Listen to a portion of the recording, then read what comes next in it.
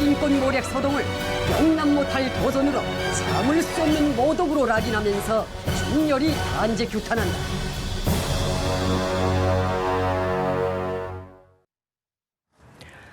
유엔 미국 대사는 북한 주민들 12만 명 정도가 강제 수용소에 수감돼 있다 이렇게 밝혔습니다. 또 그런가 하면 해외 노동자들의 삶은 노예와 다름없다는 증언들이 쏟아져 나오고 있습니다.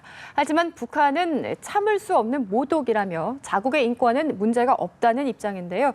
평화협력원의 황재옥 부원장 그리고 1990년대 쿠웨이트에서 건설 근로자로 근무했던 탈북 작가십니다. 김일 씨와 함께 자세한 이야기들 나눠보겠습니다. 안녕하세요.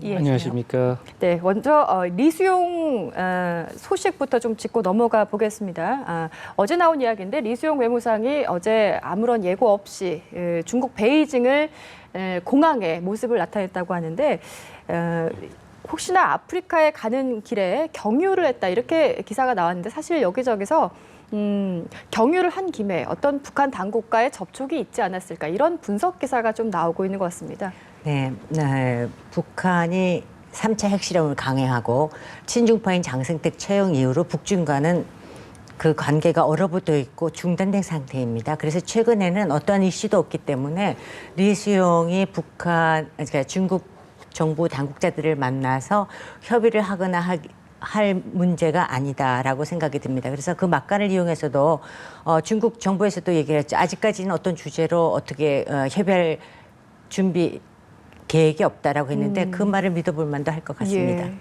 그렇습니다. 사실 베이징 국제공항 현장에 있던 교도통신 기자에 의해서 목격이 된 사실인데 비밀리에 시진핑을 좀 만나러 온 것일까요? 작가님께서는 이 소식 들으시고 좀 어떤 생각하셨는지요? 그렇지는 않을 것 같습니다. 지금까지도 그 시진핑 중국 주석의 이제 북한에 대한 이제 뭐랄까요? 그 보는 의견은 아주 냉대합니다. 예. 그래서 우선 원인은 아무래도 그 친중파인 자기 고모부죠. 그 고모부도 이제 처형하는 그런 보면은 그렇죠. 정말 예. 냉정하고 매정하고 페리나 이렇게도 보이는 그런 지도자인데 김정은이가 국제사에서 볼 때는 시진핑이 그렇게 쉽게 아직까지도 북한에 손짓하는 것 같지는 않고요. 순수 이제 리수용이가 아프리카를 가면서 그냥 북한에 이제 저도 이제 북한의 민항기를 타고 이제 북한을 떠난 사람인데 북한 노선이 이제 중국을 거쳐서만이 전 세계로 나가게 되어 있습니다. 예. 평양에서 나가는 노선은 그냥 이제 모스크바 노선 하나 있고 베이징 예. 노선이 있고 상하이 노선 이렇게 한 3개 정도 있습니다. 그렇군요. 그리고 예. 제가 일했던 쿠웨이트 노선까지 신설된 것이 그렇게 3개, 4개 정도 있고 아프리카 나가려면 반드시 이제 베이징을 경유해서 나가야 되기 때문에 순수 이제 베이징을 격려한 거는 그냥 아프리카 나가기 위해서 하지 않았나 저는 그렇게만 봅니다. 경유의 목적이었을 것이다 이렇게 예. 이야기를 좀 해주셨는데 사실 이 북중 관계를 좀 들여다보면 예전 같지 않다 이런 징후들이 사실 속속 나오고 있습니다. 이렇게 좀 여쭤보겠습니다. 9월 초에 중국에서 전승절 행사가 열리는데 여기에 김정은도 사실 초청을 받은 상황입니다. 그렇지만 지금 현 상황에서 어떻게 중국을 방문할 가능성에 대해서는 어떻게 보시는지요? 네, 중국 정부가 4월에 김정은의 방문을 그러니까 초청을 했다고 예. 공식 발표를 했어요. 그런데 김정은이가 방중을 할 것인가 가능성에 대해서는 이제 그동안에 중국과 북한의 그 고위급들의 회담 여부를 저희가 이제 주목을 해서 지켜봐야 되지만 북한의 최고 지도자들이 어느 국가를 방문하거나 했을 때는 그만한 반대 급부나 북한에 대해서 자기 자신들이 만족할 만한 지원이 없으면 예. 방문을 하지 않습니다. 지난 5월 9일 날 모스크바에서 열린 전승절에 참석하겠다. 그게 기정사실로 발표가 됐었는데 열흘 전에 불참하겠다 하고 통보를 했거든요. 그거는 뭐냐면은 그 사이에 내각 부총리라든가 외교 수장들이 협의를 했는데 러시아가 북한이 만족할 만한 지원을 하지 않으니까 아마 김정은이 그러니까 방로를 포기한 거 아닌가라고 그렇게 생각합니다. 예, 리수용의 중국 행에 대한 분석 앞서서 좀 나눠봤고요. 이제 본격적으로 인권 문제, 북한의 참상, 인권 참상들이 여기저기서 이제 쏟아져 나오고 있는 것 같습니다. 작가님께 좀 질문을 드려보겠습니다. 네. 북한의 인권 참상 중에서 특히나 이 해외에 파견되시는 근로자들 거의 뭐 노예와 같은 삶을 살고 있다 이런 이야기들이 나오고 주민들이 사실 수용소에 좀 많이 8만에서 12만 정도 추산이 되고 있는데 이렇게 끌려간다더라. 예. 실제 북한에서 생활을 하시고 예. 그랬던 뭐, 분으로 어떻게 좀 파악하십니까? 예, 뭐 탈북자로서는 3만 탈북자 중에는 유일하게 거짓 유일하다시피 중동에서 근무했던 경험이 있고요. 제가 예. 5개월간 이제 근무했는데 언제셨죠? 그게? 96년 11월부터 이제 97년 3월달까지 5개월간 근무했습니다. 예. 쿠웨이트에서 정말 뭐 그대로 말씀드리면은 이거는 뭐 거기서 일할 때는 몰랐어요. 뭐 왜냐면은 그렇게 북한 근로자들이 일하는 지역은 이렇게 격리되어 있어요. 철조망으로. 그래서 함부로 밖에 나갈 수 없고 뭐 그러니까 비교가 안 되는 거예요. 외국 나왔어도. 그러니 이제 그런가 보다 하고 했는데 제가 그 대한민국에 와서 보니까 물론 이제 그 전까지 이거 나쁘다는 걸 느꼈기 때문에 탈출했고 나와서 보니까 세상 밖을 나와 보니까 정말 노예입니다. 거기는 좀 하루 제가 솔직히 말하는데 하루 14시간씩 15시간씩 일했습니다. 더 기막힌 거는 그렇게 일하고도 월급을 못 받았어요. 저는. 못 받았다는 게 어떤 의미시죠? 5개월 동안 일을 하고 5개월에 해당하는 월급을 못 받았어요. 저는. 아예 본인이 받을 수가 없나요? 아니면 주지 않은 거예요. 그렇습니까? 예, 그때 예. 당시는 어쨌든 안 줬어요. 저는 안 받고 못 받고 주지도 않았으니까. 그러니까 이게 뭐 그렇게 일을 하고 한 달에 쉬는 거 일주일보다 그 한 달에 이틀 정도 쉬었는데 그것도 하루에 반나절씩만 쉬었습니다. 그러니까 이게 상상이 안 가는 거예요. 그렇게 일하고 월급도 못 받고 이랬으면 이건 노예나 다름없죠. 그리고 북한 주민들이 그 미국 대사가 그 8에서 12만 명의 이제 북한 주민들이 수용소 가 있다고 하는데 예. 그거는 뭐 좀 냉정하게 말하면 그거는 뭐 생활의 피지요. 정확히 말하면은 북한 전체 주민이 수용소나 다름없다고 저는 봅니다. 제가 북한에서 28년간 살아봤습니다. 예. 거기서는 수령, 지금 김정은이죠. 그때는 김정을이었고 수령에 대해서 비판을 할 수가 없습니다. 비판하면 그냥 수용소입니다. 그러니까 북한은 뭐 지금까지 그런 사람들이 없다는데 그거는 정말 언어도 다니죠. 저희가 살았던 사람들이 말이 진실이죠. 예, 수용소의 그 참상에 대해서는 저희가 잠시 후에 좀 네. 더 자세하게 좀 이야기를 들어보도록 하겠습니다. 해외 파견 근로자를 직접 한 5개월 동안 네. 하신 작가님께서 말씀을 해주시는데 하루에 14시간, 15시간 일을 하면서 거의 노예와 같은 삶을 했다 이렇게 증언을 해주시고 계신데 사실 북한의 인권 문제는 그동안에 어떻게 보면 핵 문제에 조금 가려서 그 우선순위는 아니었던 것 같습니다. 근데 몇 년 전부터 이 문제가 국제사회에서 좀 이슈가 되기 시작했는데 왜 이렇게 갑자기 급부상했을까요? 이 이슈가? 북핵 문제가 해결이 안 되니까 사실 최근에 미국의 존 케리 국무장관이 북한을 협상 테이블에 나오게 하기 위해서 북한 인권 문제를 의도적으로 부각시킨 점이 있습니다. 예. 예, 그거는 뭐냐면은 핵과 인권 문제를 같이 결부시켜서 북한을 압박해서 대화 테이블에 나오겠다. 다분히 정치적인 의도가 있는 건데 사실 핵과 인권 문제는 연계가 될 수는 별개 사안입니다. 그렇기 때문에 핵 문제는 육자회담이라는 그 어떤 체제를 통해서 예. 해결해야 되고 사실 인권 문제라는 것도 굉장히 다양한 수단으로 오랜 시간이 걸려서 인권 개선을 북한 주민의 인권 개선을 저희가 이행해야 되는데 그걸 같이 연계시킨다는 것은 북핵과 인권 문제를 둘 다 개선할 의지가 없다라고 볼 수 있습니다. 예. 작가님께 좀 질문을 드려보겠습니다. 예. 인권 유린의 그 현장, 예. 그 강제 수용소 이야기인데요. 예. 북한에서는 지금 어떤 입장이냐면은 노동교화소는 그 존재를 인정하겠다. 예. 그런데 정치법 수용소라고 하는 거는 없다 이렇게 얘기를 하고 있거든요. 이게 두 개가 일단 어떻게 다른 겁니까? 노동교화소는 그 쉽게 말하면 이제 그 우리 남한 국민들이 이해하려면 예. 그 민생 범죄라고 할까요? 뭐 도적질하고 뭐 강간하고 예. 뭐 방화하고 뭐 그런 것들이요. 예. 뭐 절도 뭐 이런 것들이 이제 북한에서는 노동교화소에 가요. 그리고 그 우리가 말하는 이제 정치범이라는 건 북한에서는 정치범이라는 용어는 없어요. 거기서는 이제 그 공식적으로 쓰지 않지만은 언어적으로 쓰는 게 사상범이라는 예. 그 용어는 있어요. 이게 정치범이거든요. 근데 이거는 어떤 부류의 사람들이 들어가냐면은 예를 들어서 김일성이 사진에 낙서했다든가 또 김일성의 동상에 무슨 어물을 투척했다든가 또 뭐 김일성의 교시에 불만을 품고 집행을 안 했다든가 이렇게 수령과 관련돼서 그 또 당의 정책을 뭐 비방했다든가 그 수령의 정책과 이런 거 당의 노선 이런 것을 비판하거나 태만했을 때 이 사람 거기 들어갑니다. 그 사람. 근데 북한에서는 당연히 그런 사람 없다 그러죠. 왜 없다 그러냐면은 북한은 뭡니까?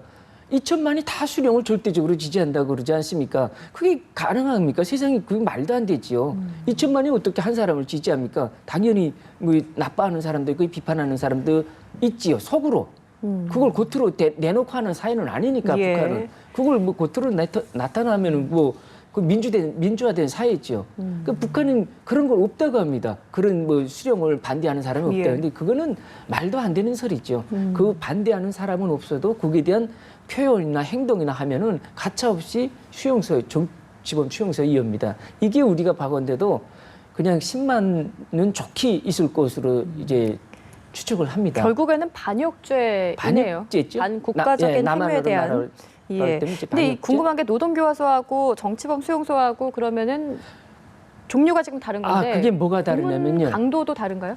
그 뭐가 다르냐면은 일반 노동교화소는 그 형량을 바꿔 들어갑니다. 예. 그러면은 뭐 제가 이제 뭐 들어가 보지는 않았지만 이제 저희 탈북자들이 많지 않습니까? 그런 수용소 출신 사람들이 많은데 이제 중원을 제가 들어보면은 일반 노동교화소는 너 예를 들어서 뭐 여자를 강간했으니까 너는 3년, 너 물건을 훔쳤으니까 5년, 뭐 이렇게 형을 받아가지고 들어가는 게 일반 노동교화소예요. 네. 그러나 정치범 수용소는 그게 없습니까? 형기가 없어요. 들어갈 때부터 공민권을 박탈하고 들어가는 거예요. 정신이에요, 그거는.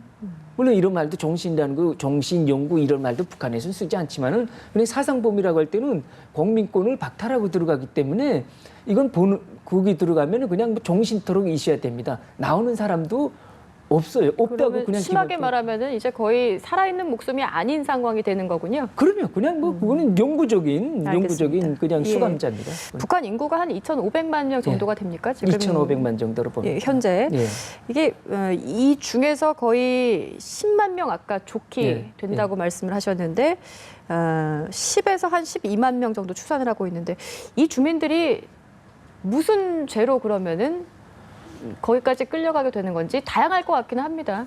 이와 같이 무슨 죄를 하냐면 교죠. 북한 주민들은 2,500만이 김정은이 내놓고는 다 조직에 가입돼 있습니다. 정치 조직에. 애들은 어린이 조직이 있고요. 또 소년기는 소년 조직이 있고 청년 조직이 있고 당 조직이 있고 다 있어요. 농민 조직, 노동자 조직 다 있는데 여기서 계속 평생토록 김일성 학습, 강연 이런 걸 시키는 거죠. 이런데 불참하는 괜찮은데 이런 데서 이제 반항적인 태도를 보이는 사람들이 있지 않겠습니까? 사람이니까. 그런 사람이거나 이제 같이 뭐 정치적인 음모라고 할까? 모략 같은 거를 꾸몄다든 사람이든가 이런 사람들은 그냥 뭐 그 1순위가 되는 거죠. 수감. 예. 아까 작가님께서 글쎄 쿠웨이트에서 한 5개월 일을 하시면서 15시간 정도 일을 하셨지만 실제로 본인이 받은 돈은 없다 이렇게 증언을 해 주셨는데 네. 그 달러로 거의 받게 되지 않겠습니까? 네, 그 북한 지금- 당국이 바로 거치지 않고 바로 이렇게 받아서 국내로 들어가는 건지 예. 그 경로가 어떻게 됩니까? 제가 알기로는 그 북한의 해외 노동자가 지금 국제적인 관심을 끈 거는 4월 달에 그 카타르에 예. 그 북한 해외 노동자를 90명을 갖다가 해고하면서 북한으로 다시 돌려보냈어요. 그래서 갑자기 북한 인권 문제하면 뭐 정치범 수용소라든가 뭐 또 여성의 뭐 인신매매라든가 예. 여러 가지들이 다른 이슈들이 관심을 끌고 있다가 갑자기 북한 해외 노동자가 인권 침해를 당한다. 그것도 엄청 심하게 당하고 있다라고 이제 관심들이 집중이 되고 있는데 사실 북한의 그 해외 노동자 파견은 1967년 러시아의 벌목공을 파견하면서부터 시작이 됐습니다. 그러니까 굉장히 역사가 오래되죠. 그동안에 굉장히 그분들이 침해를 당했는데 우리가 관심을 안 가지고 있다는 거예요.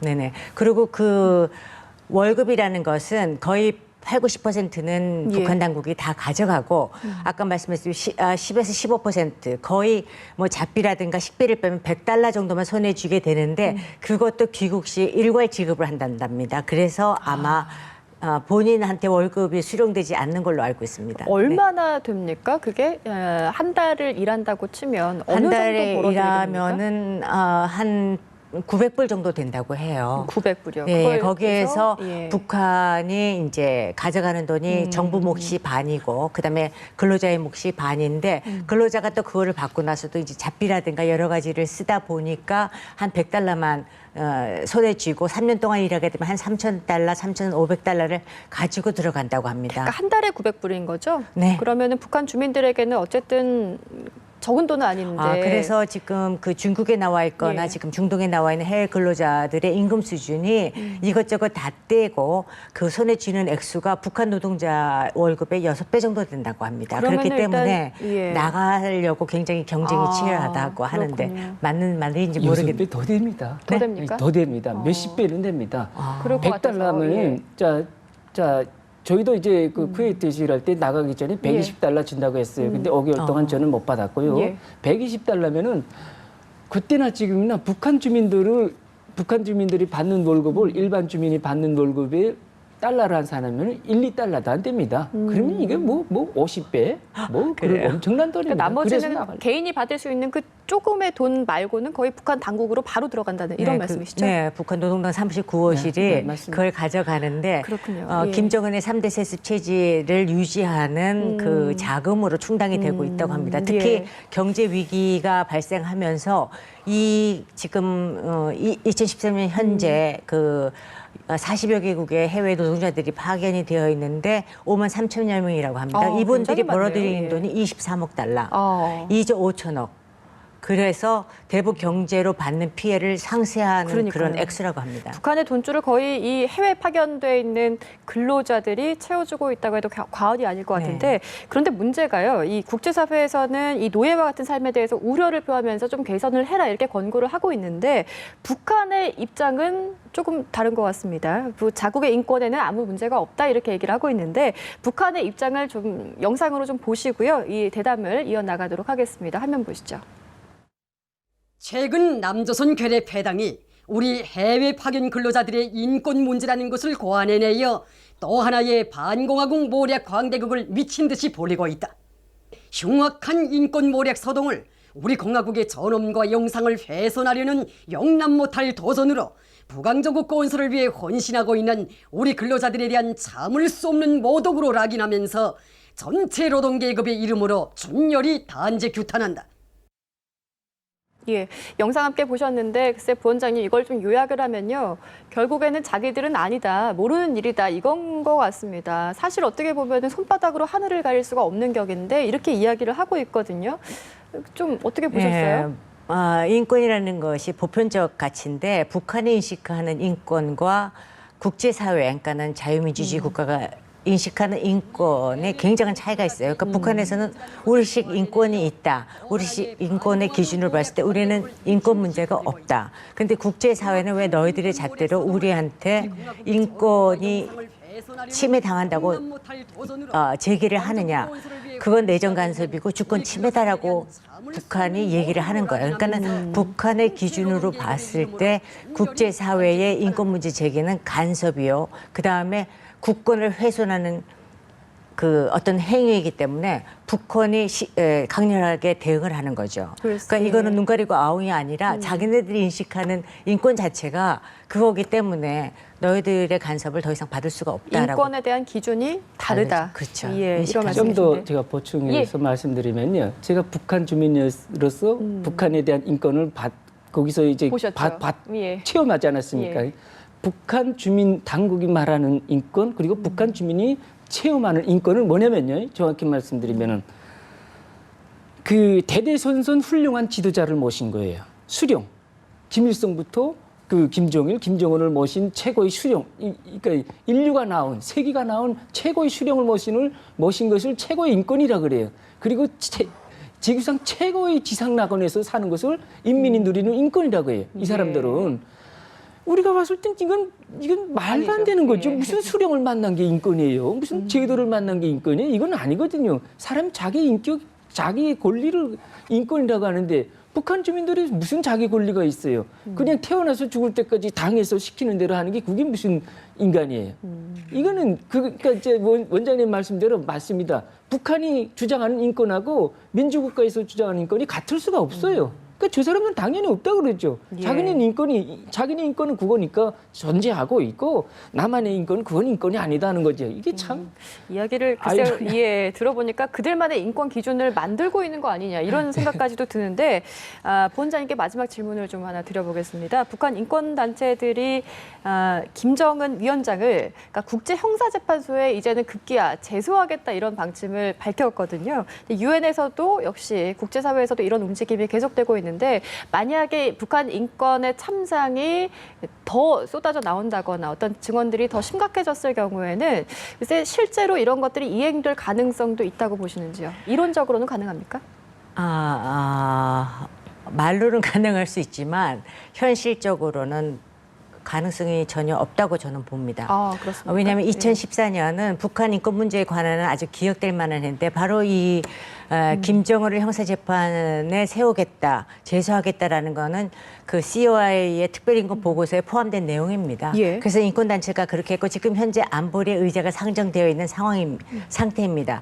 그런데 그 안보리의 상임이사국 중에 중국과 러시아가 거부권을 행사하면 김정은을 형사재판소에 세운다는 거는 전혀 가능하지 않죠. 그리고 미국이 상정을 할 때 이미 그 전에 중국은 우리는 거부권을 행사하겠다고 자기네 의사를 표시한 적이 있습니다. 그래서 김정은의 반인도적 책임자로서 법정에 세우는 것은 불가능하다라고 생각합니다. 예, 알겠습니다. 이렇게 해서 평화협력원의 황재욱 부원장 그리고 탈북 작가 리밀 씨와 함께 북한 인권에 대한 이야기들 나눠봤습니다. 오늘 말씀 고맙습니다. 감사합니다.